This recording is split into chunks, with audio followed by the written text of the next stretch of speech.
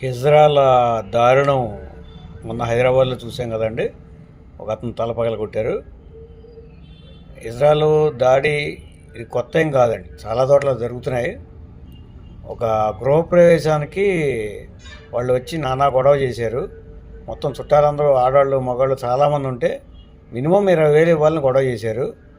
వీళ్ళు ఎంతో కొంత ఇస్తాంలే అంటే లేదని చెప్పి, దారుణం ఏంటంటే వాళ్ళ ఎదురుకుండా బట్టలు ఇప్పేస్తున్నారు. వాళ్ళు బట్టలు ఇప్పేసేసి నానా గొడవ, పెద్ద పెద్ద కేకలు అరుపులు.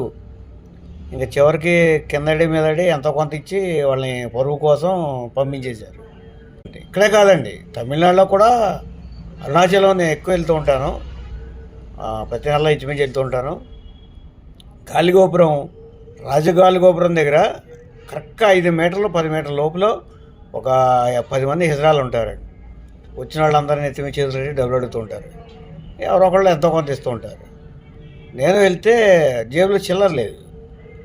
100కి 5 ఉందమ్మా, చిల్లర లేదన్న, నేను ఇస్తా అంది. వాళ్ళు 100 ఇస్తే తిరిగి ఇవ్వరండి, మనకు తెలుసు, అది కొత్త ఏం కాదు మాకు. సరే 90 రూపాయలు ఇవ్వమ్మా, నేను 100 ఇస్తా అన్నాను. అంటే జేబులో చేయి పెట్టి 100కి 5 లాక్కుంటుంది. మేము పక్క తప్పుకుని వెళ్ళిపోయాము. గాలిగోపురంకి 10 మీటర్ల దూరంలో దేవాలయం ముందు బండ బూతులు తీర్చిందండి. ఎంత దారుణం అంటే ఆ రోజు మాకు భోజనం చేయబుద్ధి లేదండి. ఇదేంటది, ప్రశాంతంగా ఉంటాకి మనం అరుణాచలం వస్తే వీళ్ళ చేత బూతులు తినడం ఏంటి అని చెప్పి మాకు చాలా బాధ అనిపించింది. పాపం గిరిప్రదక్షిణ కూడా చేస్తుంటారండి, 14 కిలోమీటర్లు చాలామంది వేలల్లో చేసుకుంటారు. వీళ్ళు అంతే దారి కాసేస్తారు. జేబులో, పై జేబులో డబ్బులు ఉంటే జేబులో తీసేసుకుంటారు. ఆడవాళ్ళు హ్యాండ్ బ్యాగ్లు ఉంటే జిప్ లాగి హ్యాండ్ బ్యాగ్లో తీసేసుకుంటారు. ఎవరైనా జేబులోంచి ఆ సంచులు గట్రా ఉంటే ఆ సంచులను తీసేసుకుంటూ ఉంటారు. ఇక వాళ్ళు గోలెట్టేస్తారు. వాళ్ళు ఏం చేసినా ఊరుకోరండి, అలా నెత్తిమీ చేరుతారు, తీసేసుకుంటారు డబ్బులు బలవంతంగా.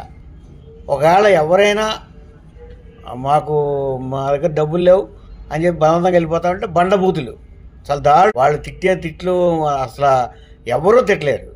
ఇంకా పైగా మరి ఈ బలవంతం వసూలు చేయడం వల్లనో లేకపోతే శుభ్రంగా అన్యాయంగా దూపు తీయడం వల్ల ఏంటో కానీ వీళ్ళు అనకూడదు. కానీ బౌన్సర్లా ఉంటారు, దున్నపోతులో ఒక్కొక్కళ్ళు, మళ్ళీ బౌన్సర్లా ఉంటారు. కనీసం ఆ బౌన్సర్లు ఉద్యోగం చేసుకున్న వీళ్ళు బాగానే గడుతుంది వీళ్ళకి.